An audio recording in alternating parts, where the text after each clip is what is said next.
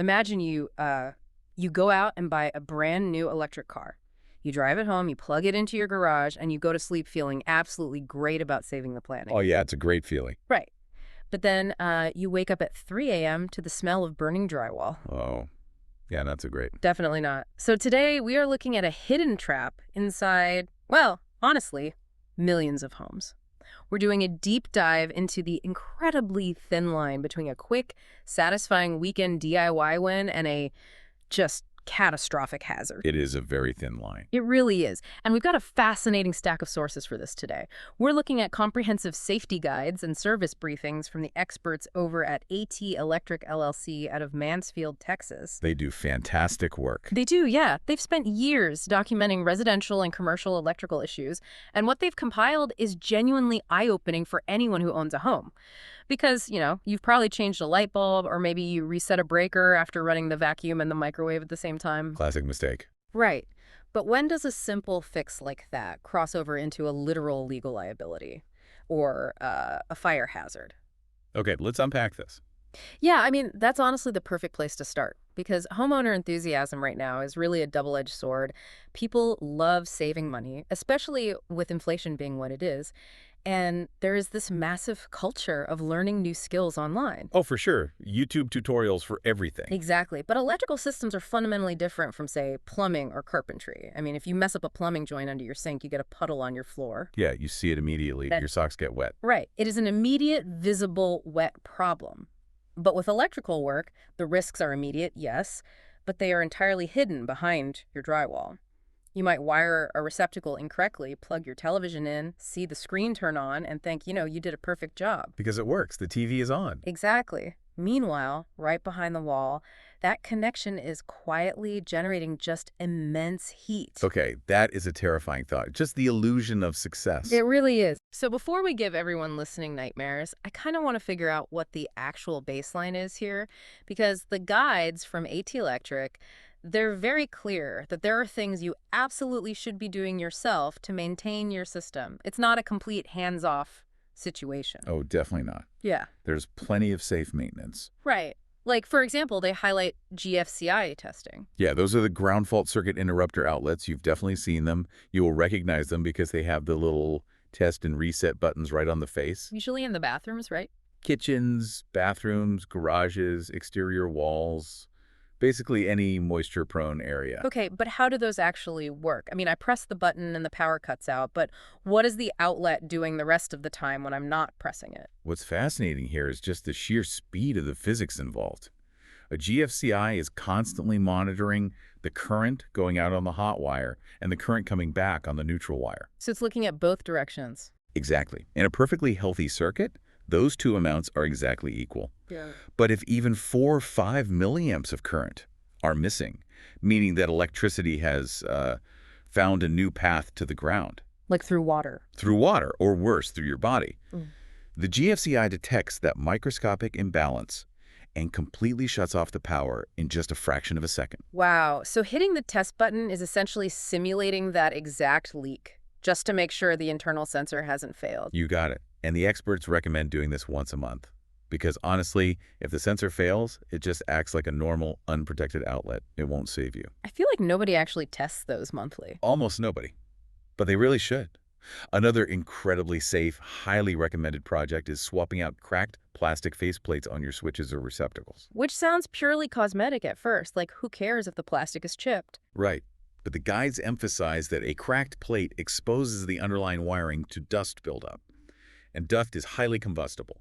Plus, it creates an accidental contact hazard for a mild shock if you brush against it in the dark. So you definitely want to fix that. And the only rule for changing a faceplate is that you have to turn off the power at the breaker first. Always. And, interacting with that breaker leads to what might be the single most valuable weekend project you could possibly take on. Yeah. Which is mapping your panel. Oh, I love this part of the source material. It's so practical. You basically systematically turn off individual breakers, and you walk around the house to see exactly what loses power. Yeah. Plugging a radio in and listening for it to turn off is a great trick for that. That's brilliant. And then you document it right there on the inside of the panel door. It's just pure preventative defense. Hmm. It's exactly like knowing where your main water shutoff valve is before a pipe bursts in the winter. Because you do not want to be running around with a flashlight trying to figure out which switch kills the sparking outlet while disaster is actively striking.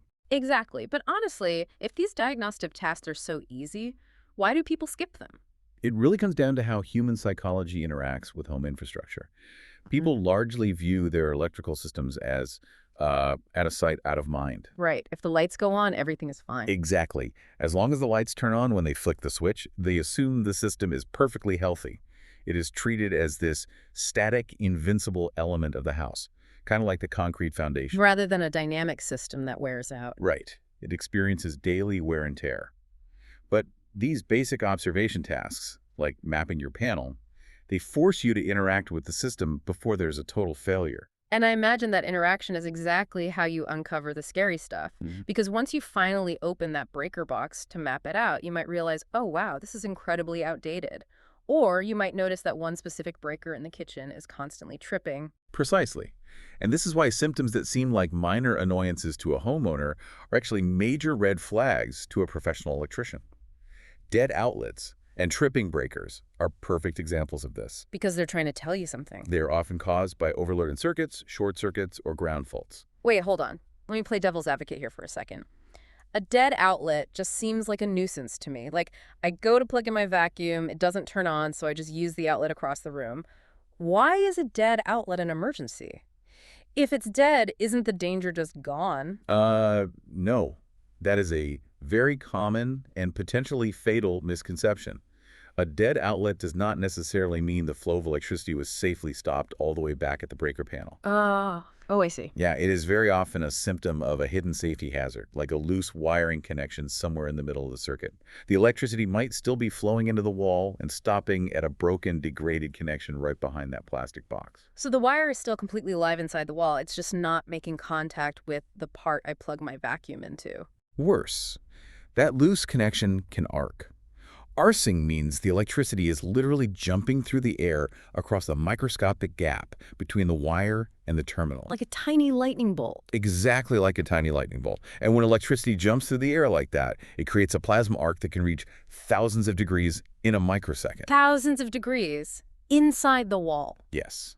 And over time, that arcing carbonizes the surrounding plastic, melting it down until it finally ignites the surrounding wood studs or the insulation. So a dead outlet might actually be a tiny localized heater baking your drywall from the inside out. Okay, wow. That completely changes how I will look at a broken outlet from now on. But what about the panel itself? Because the sources talk a lot about panel upgrades, and I see people online doing DIY tutorials on how to swap a fuse box for a modern breaker panel. They honestly make it look like adult Legos. Wires go in, screws tighten down. Yeah, they do make it look easy, but the line for DIY is firmly drawn right at the panel. Attempting a DIY panel upgrade crosses immediately into high-voltage territory. We are talking about critical arc flash risks that can cause severe burns or even death. It's not just twisting wires together. Not at all. Upgrading a panel requires disconnecting utility power at the meter, perfectly balancing the electrical load across the phases, and meeting strict national electrical code standards for grounding and bonding. It's incredibly complex. And the sources point out that the same goes for rewiring an older home. Because old wiring physically degrades, right? The insulation cracks. It does. It gets brittle and falls apart. So if an amateur tries to route new wire and makes an improper splice, meaning they just, twist two wires together, throw some electrical tape on it, and bury it behind the drywall, that weak connection creates electrical resistance. Yes. Think of electrical resistance like a kink in a garden hose. Okay, so the water pressure builds up. Right. The pressure builds up right at the kink. In electrical terms, that resistance generates immense heat. Over time, that becomes a severe, quiet fire hazard. Okay, but let me push back again. Let's say I'm an incredibly meticulous person. I watch a 10-part masterclass online. I pull out my tools, I do the panel upgrade or the rewiring perfectly. The wires don't cross, the loads are balanced, and nothing catches on fire. Why should I care if I didn't hire a pro or pull a permit? Because the danger isn't just physical. There's a massive financial and legal trap waiting for homeowners who try to act like amateur electricians. This is where a lot of DIRs get caught completely off guard by the hidden paper trail. The insurance angle. Exactly. Let's look at your scenario. You wire up a new junction box yourself without a permit, and you close up the wall. 5 years later, a completely unrelated surge causes a fire that happens to start near that junction box. Okay, I see where this is going. According to the sources from AT Electric, when the insurance company sends an investigator, they're going to look at the burn patterns, and they're going to look at municipal permit records. They cross-reference the permits. They absolutely do.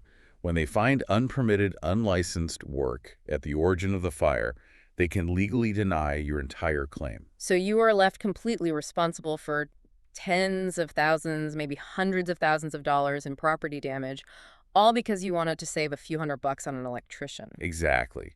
And even if you never have a fire, that hidden paper trail will absolutely surface during a real estate transaction. Certified home inspectors know exactly what amateur wiring looks like. Wait, how do they spot it? If the drywall is closed up, how do they know I did it and not a pro? They look in the unfinished spaces, attics, basements, utility closets. They look for specific tells. Professional electricians staple cables neatly to the joists at specific intervals. Amateurs often leave wires flying through the air like spaghetti. Just draped over the rafters. Exactly. Professionals use the correct size and color of wire nuts for the specific gauge of wire. Amateurs use whatever was left in the bottom of their toolbox. When an inspector spots those visual red flags, they flag the entire system.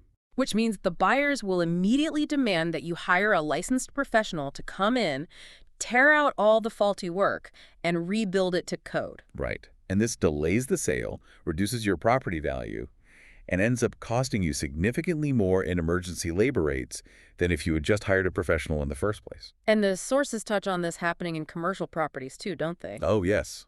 For older commercial systems, business owners might try to get away with continuous, cheap patch jobs on aging infrastructure just to keep the factory floor running. Tape it together and hope for the best? Pretty much. But those temporary repairs compound. The electrical system becomes this maze of conflicting fixes. Eventually, the cost of a complete professional upgrade is dwarfed by the massive cost of unexpected system downtime when those patch jobs inevitably fail during peak operating hours. So what does this all mean? It really comes down to what we can call DIY debt. You think you saved $200 on a weekend project, but what you actually did was take out a massive high-interest loan against your home's insurance policy and set a trap for your future self. If we connect this to the bigger picture, it really changes how we should view municipal regulations. People often complain about pulling permits. They view building codes as bureaucratic red tape designed to extract tax dollars. Right. It feels like the city is just nickel and diming you. But municipalities use these codes as communal safety nets. An electrical fire in a densely packed townhome doesn't just burn down one unit. It threatens the entire structure and the surrounding neighborhood. Building codes and mandatory independent inspections ensure that a single homeowner's hidden mistake doesn't become a tragedy for the whole community. That makes total sense when you put it in the context of communal safety. Now, I want to pivot to a section of the source material that is going to affect almost everyone listening to this right now. Modern technology. Oh, this is a big one. Because you might be listening to this thinking, well, fine, I won't touch my breaker panel, I won't rewire my kitchen, but you just bought a really cool new smart switch. Or maybe you just bought an electric vehicle. These things come in gorgeous consumer packaging. They feel like simple plug-and-play retail purposes. But the sources reveal that they're actually massive electrical demands that are fundamentally breaking older homes. This is a rapidly growing, widespread issue. Yeah. The electrical demands of the average home are just skyrocketing. Let's look at level 2 EV chargers. A lot of people assume it is just a big, heavy-duty plug, exactly like the one for their electric clothes dryer. Right, the plug looks basically the same. But the reality of how they pull power is far more intense. Here's where it gets really interesting. Think of your standard appliances, a toaster, a hairdryer, or even that electric dryer. They are sprinters. They draw a lot of power, but they only do it for 3, maybe 45 minutes tops. Exactly. But an EV charger is a marathon runner. It draws the maximum continuous amperage for 8 straight hours while you sleep. That analogy perfectly captures the engineering concept of thermal load. When high amperage current flows through a wire continuously for hours, the physical copper literally heats up. As it heats up, it expands. When the charging stops, it cools down and contracts. And over time, that expansion and contraction loosens the physical screws holding the wires inside the panel. Exactly. And we just talked about what a loose connection does. It arcs. It arcs. If the wire gauge inside your wall is too thin, or if the breaker isn't commercially rated for that sustained thermal load, the heat cannot dissipate. The insulation on the wire melts, the components inside the panel melt, and a fire starts. It is the ultimate stress test for an electrical panel. But electricians are charging thousands of dollars right now for EV installations. Are we really saying a homeowner can't just buy the correct, thick, heavy gauge wire at the hardware store and follow a highly rated YouTube tutorial to run a dedicated circuit to their garage? I would strongly advise against it. Calculating the thermal load isn't just about picking a thick wire. It involves doing a comprehensive load calculation on your entire home panel. Oh, so looking at everything running at once? Right. If your home only has a 100 amp service and your air conditioner, oven, and EV charger all turn on at the exact same time, you will exceed the main breaker's capacity. You are bypassing the complex, holistic math that keeps the system stable. We are buying devices that feel plug and play at the store, but they absolutely require robust, commercial-grade infrastructure behind the wall. And it happens with smaller gadgets too, which is just wild to me. Smart lighting seems so harmless. But the sources point out that many older homes lack what is called a neutral wire in the switch box. Yes, the neutral wire issue is a major headache for smart home enthusiasts. Can you explain why that actually matters? Like, what is a dumb switch doing compared to a smart switch? Sure. Think of a traditional dumb switch like a physical drawbridge on a road. When the switch is up, the bridge is down, and electricity flows across to the light bulb. When you turn the switch down, the bridge literally lifts up. The physical connection is broken, and the power stops. That is all it does. Okay. But a smart switch isn't just a bridge, it's a tiny computer. Exactly. A smart switch needs constant power to keep its internal Wi-Fi antenna listening for the command from your phone or your voice assistant, even when the light bulb is technically turned off. Oh, because if it was completely dead, it couldn't hear the command to turn on. Right. To power that tiny computer, the switch needs a complete circuit of its own. It needs the hot wire to bring power in and a neutral wire to return it. If you try to force a smart switch into a 1970s house that doesn't have that neutral wire in the box, the switch tries to complete its circuit by trickling power through the ground wire or sometimes through the light bulb itself. Which leads to constant flickering, damaged LED drivers, and localized short circuits. You simply cannot ignore the physical reality of the wires. So if this stuff is so finicky and older homes are full of these electrical mysteries, how do I even safely open a box just to see if I have a neutral wire? That brings up the golden rules of electrical safety from the AT Electric guides. Whether you are just changing a cracked faceplate or you are doing a safe diagnostic check to see what kind of wiring you have before calling the pros, you need to know how to not get hurt. And rule number 1 is all about removing assumptions. The experts say never, ever rely on a wall switch to cut power. Never, because someone could walk into the room and absentmindedly flip the switch back on while your hands are in the wall. Or the switch itself could be miswired from a previous owner, meaning it didn't actually cut the power to the specific wire you were about to touch. The absolute rule is always go to the panel and turn off the specific breaker. Which brings us to rule number 2. Invest in a non-contact voltage tester. This is a total game changer. It's a tool that looks like a thick pen. It's very inexpensive, but it is a literal lifesaver. It is essential because it allows you to detect live current without touching any bare metal. How does it do that? Can it really see through the plastic wire casing? It detects the electromagnetic field that is generated around any wire carrying alternating current. Like a magnetic bubble around the wire. Exactly. When electricity flows, it creates a tiny magnetic field. You just touch the tip of the tester to the plastic insulation of the wire. If it detects that field, it beeps and flashes red, telling you the circuit is still live. It removes all the guesswork. Which leads perfectly into the third rule. Do not trust wire colors. The guide says never trust color coding alone. But wait, isn't the color coding legally standardized? Black is your hot wire bringing power in. White is your neutral wire taking it back. Green or bare copper is your ground. Why can't I trust the visual evidence right in front of me? This raises an important question about the hidden history of your home. Yes, those colors are the standard, but you have absolutely no idea what the previous homeowner or a corner-cutting contractor did 20 or 30 years ago. The DIY debt from the previous owner. Exactly. They might have been replacing a switch on a Sunday afternoon, ran out of black wire, and decided to use a white wire as a hot wire just to finish the job without driving back to the hardware store. Wow, and they didn't label it. They didn't label it. They just hid it behind the drywall. If you open that box today and trust the color blindly, assuming that white wire is perfectly safe to touch, You could be grabbing a live, high-voltage wire. Relying entirely on an inexpensive non-contact voltage tester removes human error and historical assumptions from the equation. You trust the tool, not the colors. That is a chilling reality check, but such crucial advice. It's like archaeological work. You can't trust the artifacts until you actually test them. To wrap things up today, keeping your home safe really is a balancing act. We want you to be empowered, do the easy maintenance, test those GFCIs monthly so you know they will protect you near water, map out those breakers so you are ready and calm in an emergency. But you have to respect the immense invisible power running behind the drywall. Absolutely. Knowledge is most valuable when it is understood and safely applied. Recognizing the limits of your own expertise and the physical limits of your home's infrastructure is the single best way to prevent catastrophic emergencies. When you are dealing with heavy thermal loads, panel upgrades, or confusing smart tech in an older home, you need to rely on licensed professionals, like the team at AT Electric, who understand the complex math and physics keeping your home safe. We spend so much time thinking about the incredible technology inside our homes, our phones, our appliances, the apps that control our lighting. We've talked today about the strain this puts on the hidden copper wires in our own walls.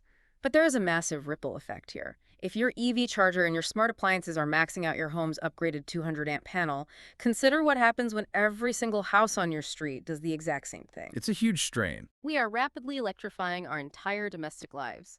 But the municipal transformers on the telephone poles outside and the neighborhood grids feeding our homes were largely built in the 1960s and 70s. As we push our personal home infrastructure to its absolute limits, we have to ask, is the broader aging grid connecting our neighborhoods actually ready for millions of homes to run a daily marathon? It's a fascinating challenge for the future to mull over. Until next time, stay curious and stay safe.